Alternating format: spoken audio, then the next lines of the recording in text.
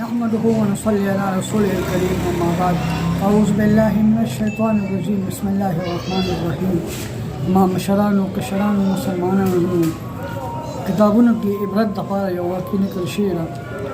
کیف الله یو مشهور کسو بني اسرائیل قوم نه پاتې شوی و. د الله ډېر مال حال دولت خپل کړی و. ده به دا کاکو نه نافرمانیانې به یې کولې. ده به جنۍ سره زنا وکړه او هغې له به پیسې دوباره وکړې. د خپل شوق د برخو پیسې به یې وړې. د جنۍ راغله هغې له څه پته وه اصلي هلک پته وه زما به دا جنۍ نه مفرېزه یو سبب جوړېږي. چې کله جنۍ راغله ورته وویل کفل زما پیسې پکار دي. کفل ورته وویل ټیک شو ماله سبا راشه ما سره زما څو پوره پیسې واله ځه. کله چې وایي سبا جنۍ راغله نو جنۍ هلک زنا نه ځان برابر کړو. نو چې کله کفل چې جنۍ رانږدې ورتلو نو د جنۍ بدن داسې څه نه وه چې نه رپېده. عزتمند وایي کفل ورته وایي ولې ما سره زنا نه کوي پیسې نه وي پکار. ورته وایي کفل زه دې کار مجبورۍ راوستم. یو ما ته بچي اوږې ناست دي زما بچي لګیا یې لوږې نه مري پیسو ضرورت دی ما ته د دې کار مجبورۍ راوستم. باندې کفل په زړه کې د الله خوف و یره راغله. هغې جنۍ ته وویل چې دا جنۍ کله پیسې وه نن پس تا کفل توبه وباسي سچ حدیث سره نن پس په زنا نه کوي ناواله پیسو ته ځه. خو زما لپاره دعا کوه چې الله زما مغفرت نصیب کړي.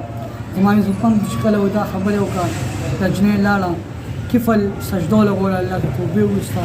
کفل باندې ځان قدر مې راغله مړ شو. چې کله وفات شو دا شپه وه چې کله توبه وویسته دا لپاره الله بله مغفرت فیصله وکړه. خو چې کله مغفرت فیصله وکړه دا مړ شو دا شپه وه چې کله سهار شو نو قدرتي د الله طرفه پکېټ باندې لیکل شوي چې ای خلکو راشئ ما د کفل مغفرت نصیب کړو ما چې توبه وویسته راشئ دله غسل ورکړي اسلامي طریقې سره جنازه وکړي او دی ښخ کړي. نو زما عزتمندو دا د عبرت دپاره یو واقع بیان شوی وه چې اخرمنۍ وخت کې توبه وویسته او الله قبوله کړه. نو موږ له هم پکار دي چې زنا نه ځان وساتو او اخرمنۍ وخت کې توبه الله کوي. خو په نوجوانۍ کې توبه دا سنت طریقه او نبی کریم صلی الله علیه وسلم یو بهترین عمل دی سنت طریقه ده. الله رب العزت په دې بیان باندې عمل توفیق را نصیب کړي. اللهم ربنا آتنا في الدنيا حسنة وفي الآخرة حسنة وقنا عذاب النار وقنا عذاب القبر وقنا عذاب الحشر وقنا عذاب الميزان برحمتك يا أرحم الراحمين برحمتك.